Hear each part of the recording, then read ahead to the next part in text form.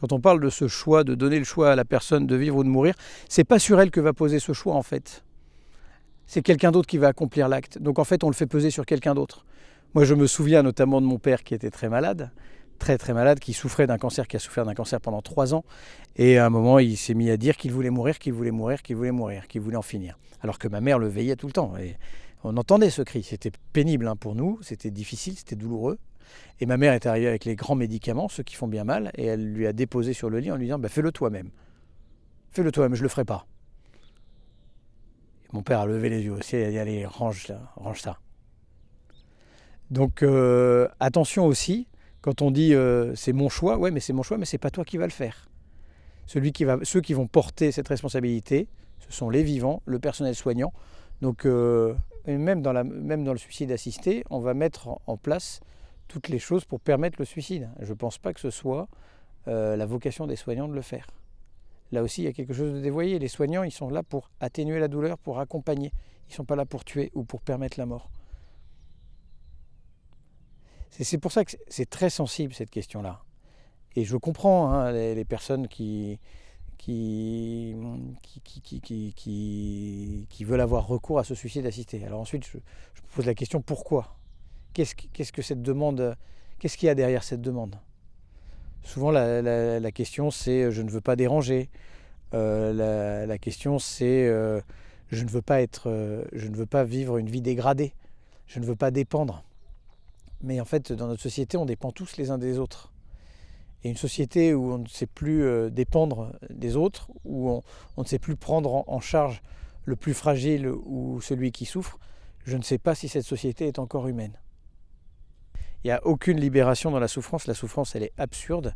Et le but des soins, justement, c'est de permettre d'atténuer le plus possible la souffrance. Et même, contrairement à l'acharnement thérapeutique, l'Église n'a jamais prôné l'acharnement thérapeutique. Au contraire, elle dit qu'il faut laisser aussi la mort se faire. Et un des risques, c'est que l'euthanasie, elle vient après un acharnement thérapeutique. On veut faire vivre à tout prix, et puis tout d'un coup, on se dit donc il faut tuer. Non, pas d'acharnement thérapeutique. Laisser les personnes mourir, voilà, d'une mort naturelle. Et puis ensuite, la souffrance, elle peut être atténuée avec les antalgiques, tout ce qui permet justement d'atténuer la souffrance, au risque même de hâter la mort. Ça, c'est pas l'Église l'a toujours dit. En revanche, l'Église n'a jamais exalté la souffrance. Mais et en même temps, il faut accepter aussi que la souffrance, elle fait partie de notre vie. Et un monde qui veut vivre sans souffrance, c'est un monde de bisounours.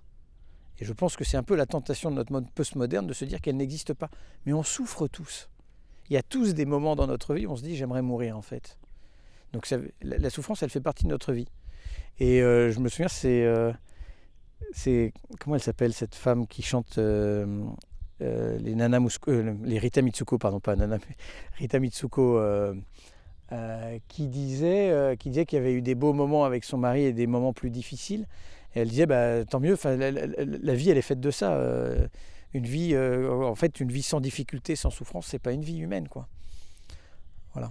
Parmi les différents sujets qui sont englobés dans cette thématique vaste et compliquée qu'est la fin de vie, il y a une question qu'on entend souvent, c'est de la part des personnes qui souffrent, c'est je veux mourir. Et je veux mourir. Et souvent, quand on est accompagnant, enfin je l'ai vu pour moi, on ne sait pas tellement au début, on est un peu déconcerté par ces demandes.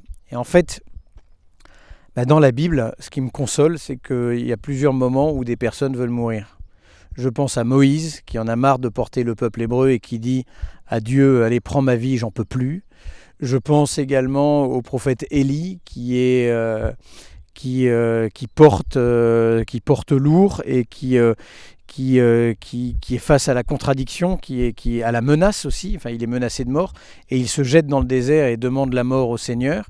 Je pense encore à Job qui, dans la souffrance, dit à Dieu, allez, prends ma vie. Donc c'est ce cri de l'homme en fait. C'est un cri, il n'est pas récent, ce cri de j'en peux plus. ce cri de l'homme est un cri qui traverse l'histoire, on le dit, hein. Il y a des moments où dans nos vies on est fatigué, des moments où on est déprimé, des moments où les épreuves nous assaillent, des moments où la souffrance nous touche, une souffrance psychologique, une souffrance morale, une souffrance physique.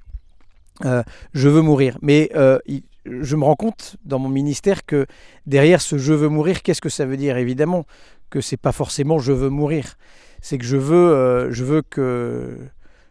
veux arrêter de souffrir.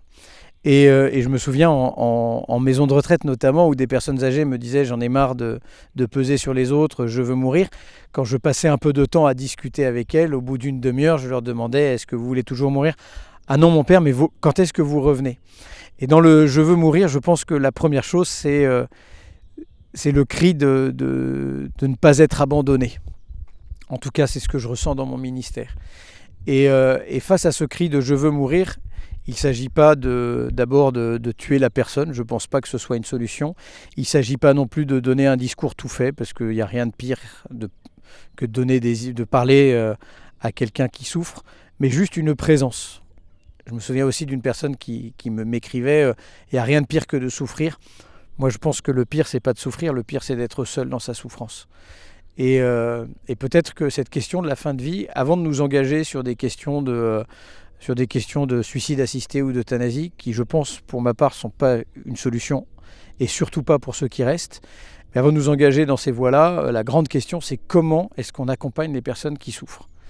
Et dans une société où on prône la fraternité, ça devrait être la première question avant toutes les autres. Sinon c'est une fraternité dévoyée, comme nous le rappellent les évêques de France.